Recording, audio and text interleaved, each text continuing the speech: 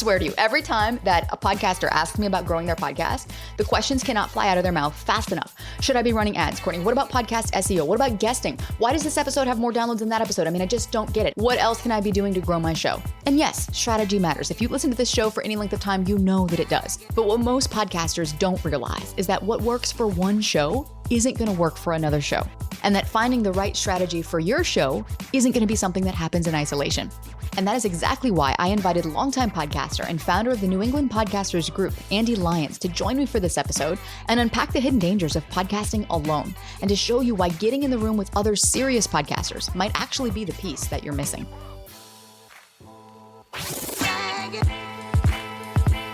Welcome to Insider Secrets to a Top 100 podcast. I'm your host, Courtney Elmer. Let's make your business binge-worthy. Ande, welcome. I have so been looking forward to this conversation. I'm so excited you're here today. I am so excited I'm here today too. And for anyone tuning in, you have to know Courtney is extraordinary. I met her at PodFest. I saw her give the best presentation for growing a podcast. Now, I've been in this industry since 2012. I've heard everybody on growth strategies. Courtney's presentation was the truth. It was pure gold. And Courtney, you delivered it better than anybody I've seen in a long time. It was outstanding. So thank you. Thank you. My goodness. And you know what's funny, Ande? Right before we hit record, I feel like I have to let everyone in on this. I was having the worst anxiety of my life during that trip. There was so much going on personally for me. And so hearing you say that just means a lot to me, knowing how much was going on behind the scenes for me there, but then also the fact that you got so much value out of that. You know, Ande, this is a perfect segue into what I really want to dig into you is exploring this idea and unpacking this idea of podcasting in isolation versus podcasting with community. Because I feel like podcasting can be this really weird mix of total creative freedom and complete isolation. And so for podcasters, sometimes it feels like, okay, nobody's listening, and I don't have anyone to talk to about it.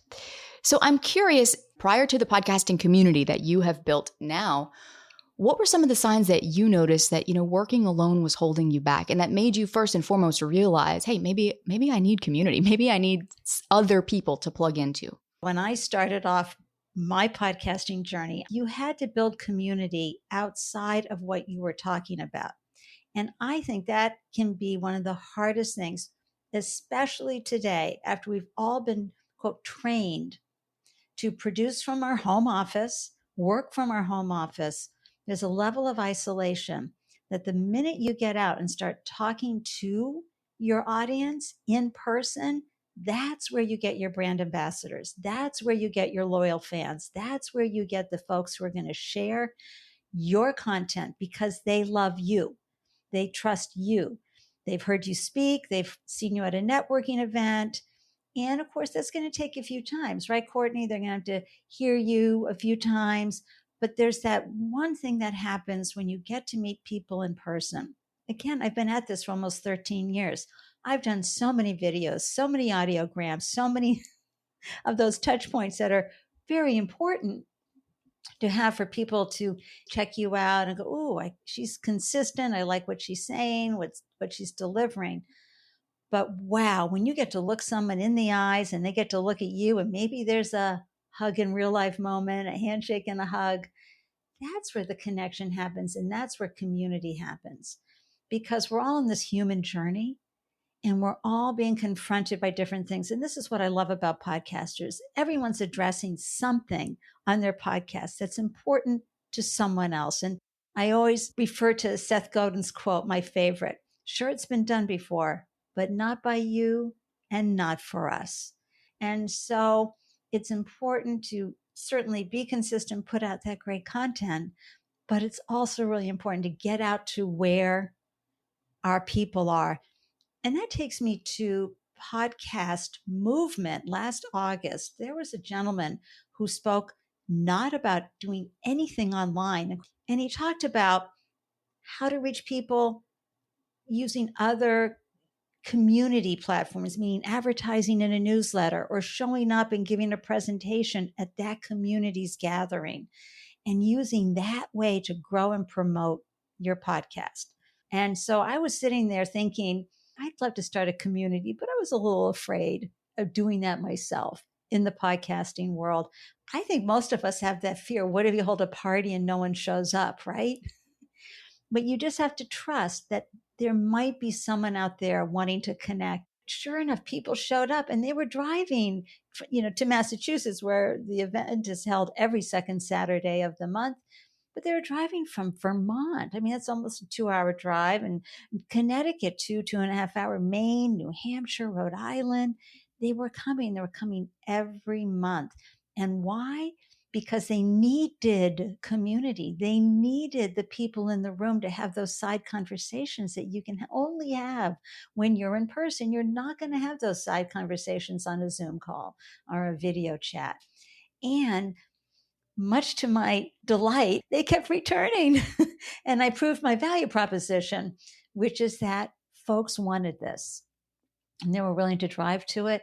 And I saw and witnessed. I mean, I basically, Courtney, created the space and let the magic happen among the folks who were showing up. And new people kept coming in, and folks didn't make it every month, but they couldn't wait to come back. And they actually experienced FOMO by not being there because of that community, because of the collaborations that they were creating, interviewing each other on each other's shows, learning new techniques. Folks who'd been sitting on the fence about launching a podcast but didn't know what to do, and now have 10 episodes in and everybody's cheering wildly. That's inspirational. You just can't get that from any other space. But then to go where your listeners are, we talk about that a lot. Like, how can I show up physically to different events that may not have anything to do with the topic I might be bringing, the content, but there are going to be people there who will be interested in my content.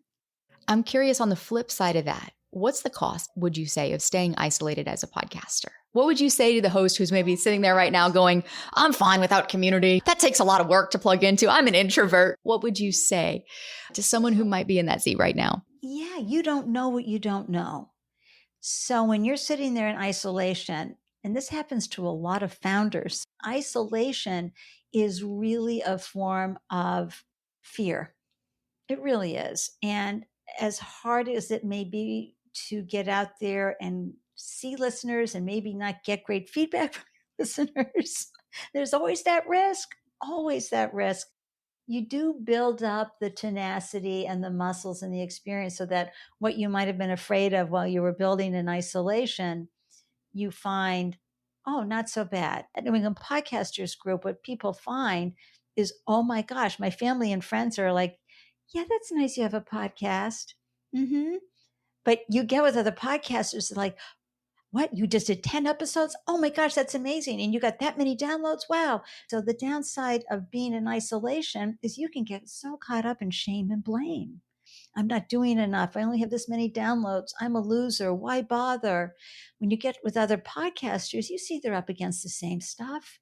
And you go, oh, okay, I'm not alone. I'm not a loser. This is how the journey is. And again, this is the startup founder with me, everybody. My best advice for anybody launching a business is to remember it's the best personal development program out there. Same with podcasting. And so you have to remember that sometimes, you launch that podcast, it's not a good fit. You're not a loser. You tried that. You tried that content. You tried your different approaches, but maybe you need to do a different podcast. And if you're switching industries, talk about getting out of isolation. You're going into a new industry. A podcast, in my opinion, Courtney, is the best thing you can do to create visibility and connection in a brand new industry. So for example, when I launched Don't Be Caged by Your Age, I wasn't in the shatter ageism world. I didn't know anybody. And within 9 months, I was considered a thought leader. That's what podcasting can do for you. But again, you got to get out. Where are these people hanging out? Where's an event talking about aging and pro-aging and things like that? To underscore this point, Ande, you and I met at Podcast Movement, and our paths crossed again at PodFest this year.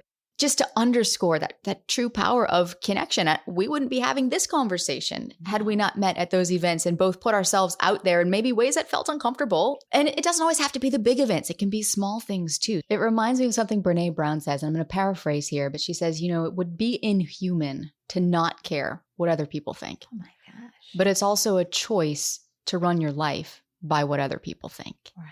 And I think there's so much nuance in that statement right there, because it can be so easy to be swayed and distracted by the thoughts and opinions of others. You're right to speak to this fragility that comes in putting out this creative expression into the world, whether that be an artist on a canvas with paints or whether that be through a microphone and in your podcast and in the form of your content. So this gets me to an even deeper question, Ande. What would you say are the key differences in someone between being that person who just is out there creating content and they're maybe creating them, having this form of creative expression, versus being a podcast host who actually is doing that and also creating a space that people want to come back to? When you think of all the distractions and the shiny objects in the world, this is something that's going to take time. It's, the planting of the seeds. You're going to get a few of those fans and loyal fans, brand ambassadors, who are going to be the ones that listen to every show. You're going to feed them like the rock stars do, right? They get that 5% of their fan club or those raging fans, and they feed them all the time because they know through word of mouth, it's going to get out through them. I mean, community is a heavy word when you're podcasting, when you're creating your content. Finding and creating that community can feel like a heavy burden. So I want you to be gentle with yourself, have some grace, have some understanding. You're not Mel Robbins. I've known Mel Robbins for 20 years. It was not easy for her. She had some real ups and downs.